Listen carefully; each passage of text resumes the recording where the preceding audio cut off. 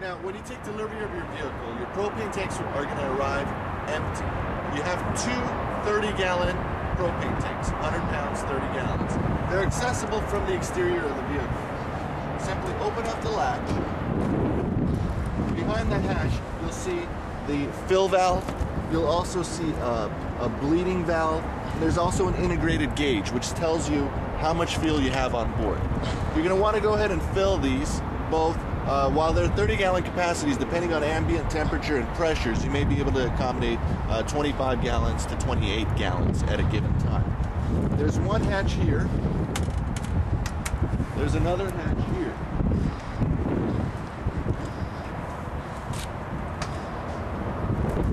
Once again, you have your fill valve. Just remove the cover, have it filled by qualified personnel. Your bleed valve, which the tanks have already been bled, and this is your Ansel shutoff valve. You don't need to worry about that. That's automated. And so make sure to have both tanks filled prior to operation so you have enough fuel on board for your equipment. Once your tanks are filled, make sure it's open. You're going to want to make sure that your valve is open so as to supply LP to your tanks, I'm sorry, to your lines rather. That valve is accessible right here on this regulator.